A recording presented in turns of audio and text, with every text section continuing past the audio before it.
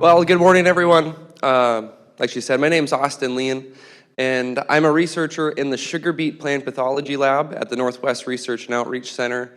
I'm also a PhD candidate in the plant pathology department at the University of Minnesota. And today I'll be presenting on behalf of Dr. Ashok Chanda.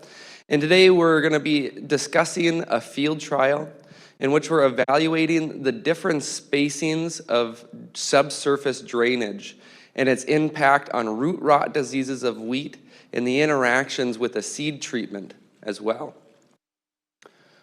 So in the Red River Valley and other parts of Minnesota, soils with a high clay content seem to benefit from improved drainage and a decreased risk of waterlogging, which is shown here in that photo.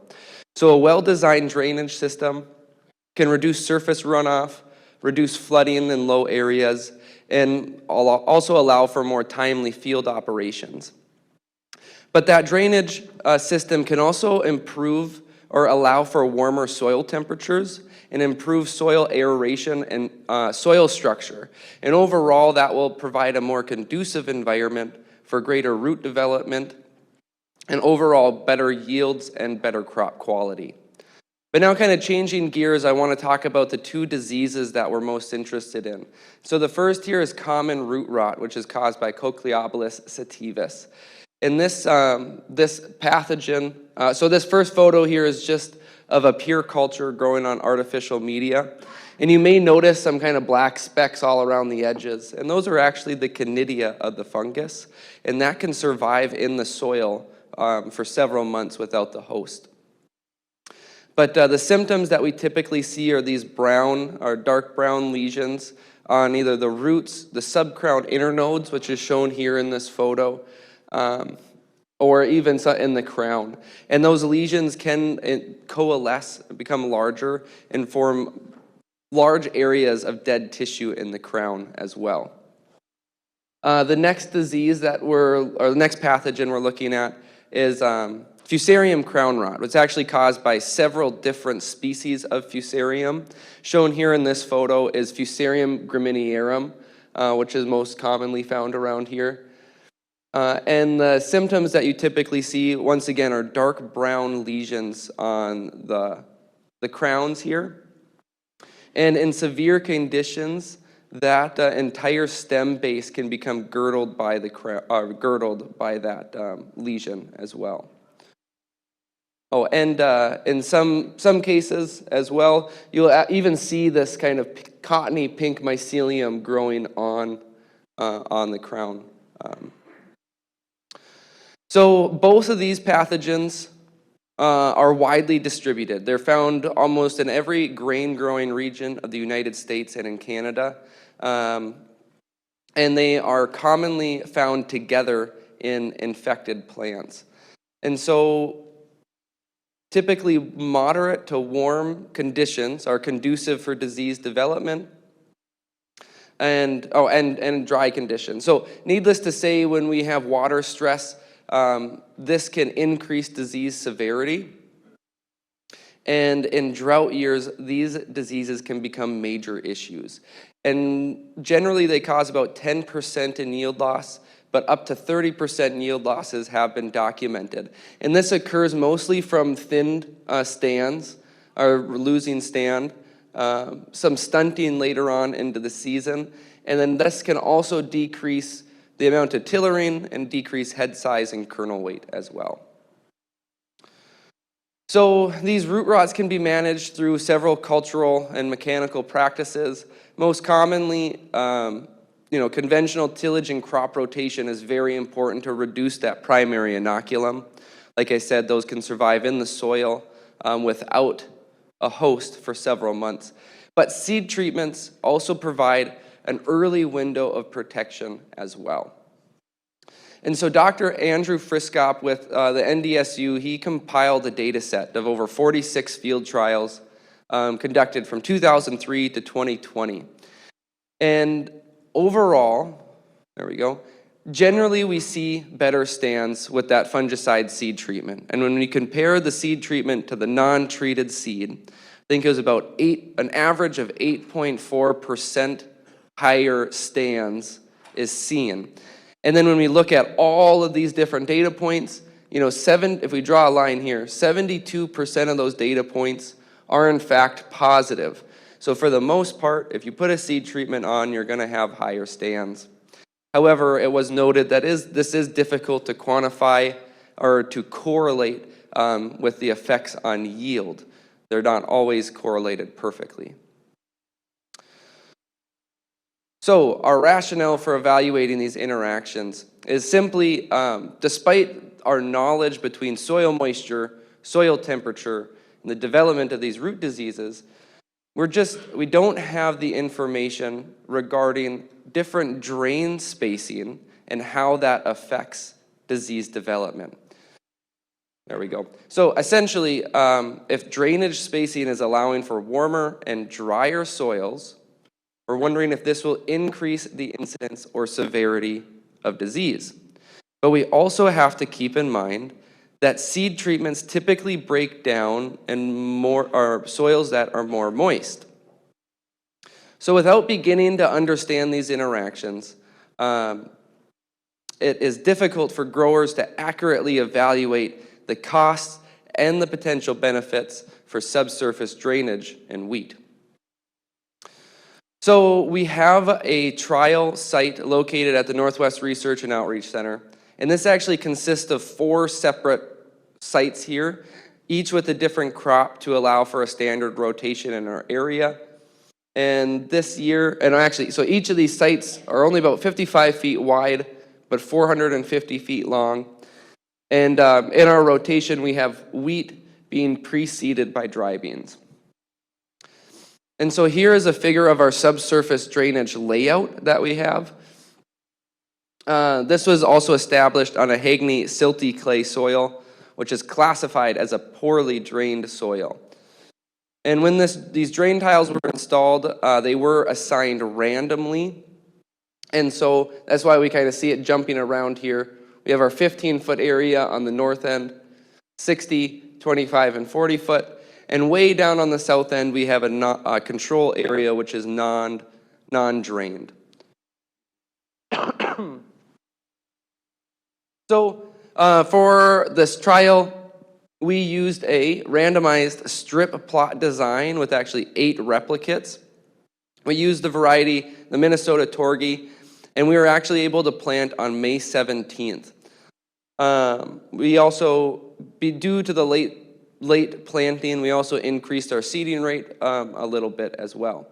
And then prior to planting, we inoculated the soil with both of those pathogens I showed you earlier. So we have Fusarium graminearum and then Cochleobolus sativus. So we spread that into the soil and then work it in with a Rao seed bed finisher just to work it into the top few inches, and then hope for some rain and conducive environments to get that disease going. For our seed treatment, we decided to use the fungicide Stamina F4 cereals, and that's because it has 4 different active ingredients, has a wide spectrum of activity, and also has shown to control both Fusarium and Cochleobolus. As for our non-treated seed, that did not include any seed treatment whatsoever and was just planted as bare seed.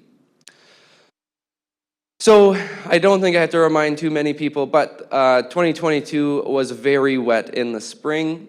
We recorded almost 6 inches in April and 5 inches in May. So we did have a very late planting, and we had very moist soils early on in the season. However, the rest of the growing season was slightly drier than both the 10-year and the 30-year averages. In June, temperatures were slightly cooler, but then returned to normal or slightly above normal for the rest of the season as well. So finally getting into some of the data that we collected. Here we're looking at a figure with soil moisture on the top and then our total precipitation for every day of June, July, and August down here on the bottom. And so when we compare these two figures, we can see a typical trend where after these rainfall events, we have increased soil moisture. But I want you to take a look at, once we start getting into the end of July, into August, this is really when soil moisture started to become very limited. And now looking at that same soil moisture figure, we're actually looking at soil moisture for all 5 drain tile spacing treatments. And so here at 41 days after planting, that was right at the end of June when we received that 2 inches of rain in Crookston. And after this is where we start to see some interesting trends. Most notably, it's that 15-foot drain spacing that has the lowest soil moisture compared to all the other treatments. Interestingly, the 40-foot drain spacing is actually the highest.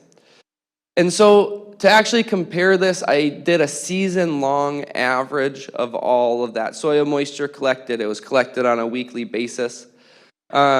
And when you actually put that all together, the 40-foot and the 15-foot are significantly different in terms of soil moisture going through the season. You may be wondering, well, how can that be? And so this may possibly be related to overall plant populations. So when we look at plant population, there was no significant differences for either the seed treatment or the non-treated or the drain spacing. However, I think it's important to note that 40-foot drain spacing is the lowest in terms of plant population. Overall, we average 1.34 million plants per acre, which is kind of right where we wanted to be. Anyways, so moving on into the season, instead of doing stand counts on wheat, which is very tedious, we decided to estimate canopy coverage. And so this is an indirect way of looking at plant stands, but also tillering and overall growth. And this just uses that the green color of the plants contrasted against the ground, and you're able to get a good estimate of canopy coverage. And in the past, this has worked very well for us. So the first here, we can look at the seed treatment versus the non-treated control.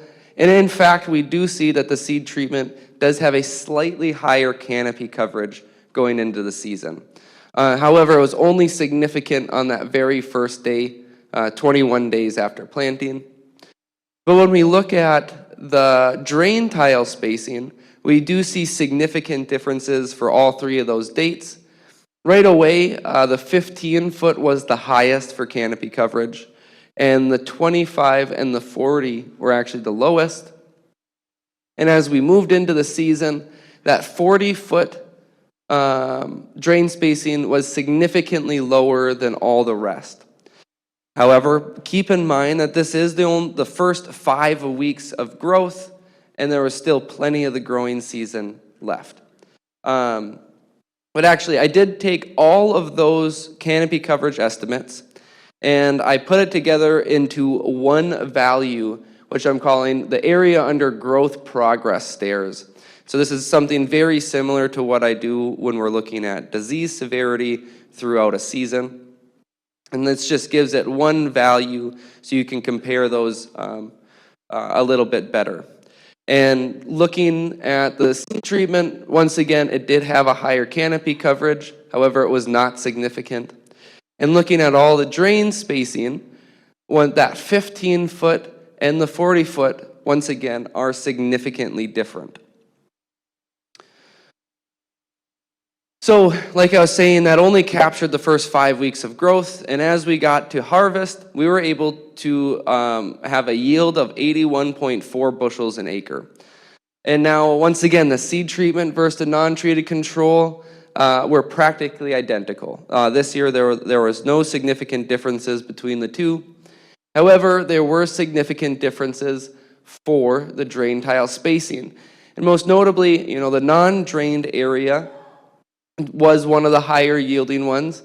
But interestingly, that 40-foot drain spacing was the highest in yield at 84.4 bushels. And so when we think back to the growing season and going from July into August and how dry we were and how limited soil moisture was, and when we think about While the 40-foot drain spacing was one of the lowest in terms of plant stand, I think that we're seeing this higher yield here simply due to a reasonable balance between plant population and the available soil moisture moving into the end of the season. So in summary, we did have a pretty abnormal year. We had a very late planting, but we did end up with some very high yields, which was very surprising. But despite those conditions, we still had, we still were able to see slight differences between the seed treatments. For growth rate, unfortunately, plant population and yield were still similar. And when we looked at the drain spacing treatments, we did see significant differences for both growth rate, yield, and soil moisture as well. However, we do not yet have all of our data in for disease severity and incidence. We still have samples in storage, and we're slowly kind of going through them. However, when we did do our collection of these roots, there really was not a lot of disease severity or disease out there this year. I don't think we're going to be seeing any differences between the treatments. So hopefully we're looking forward to a year with a little bit higher disease severity just to evaluate these interactions. And so with that, I would just like to thank the Minnesota Wheat Research and Promotion Council for funding, and the university, and all of our collaborators, all of the summer help, and everybody else involved with this project. Thank you for all of your time and effort.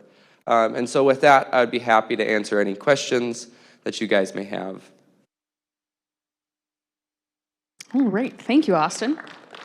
We have time for a few questions, if any of you guys have any questions about anything Austin presented on. And I do have one question. I happen to know there's that this research also has a bit of a rotation aspect to it. Are you guys looking at any different other crops in the rotation with this research? Yeah, so this does actually give us a really unique opportunity. We're actually going to we have 2 years of data looking at Rhizoctonia and navy beans. We're actually looking at an in-furrow fungicide. We've been using Quadris, and then a seed treatment compared to a non-treated. And we are seeing some really interesting interactions with that disease, especially this year since it was so moist. Rhizoctonia is a disease that likes some moist conditions, so we had some really good disease development right away this year. And beyond that, we have taken yield data for some sugar beets, but we haven't really been looking at the disease interactions with the other crops just yet.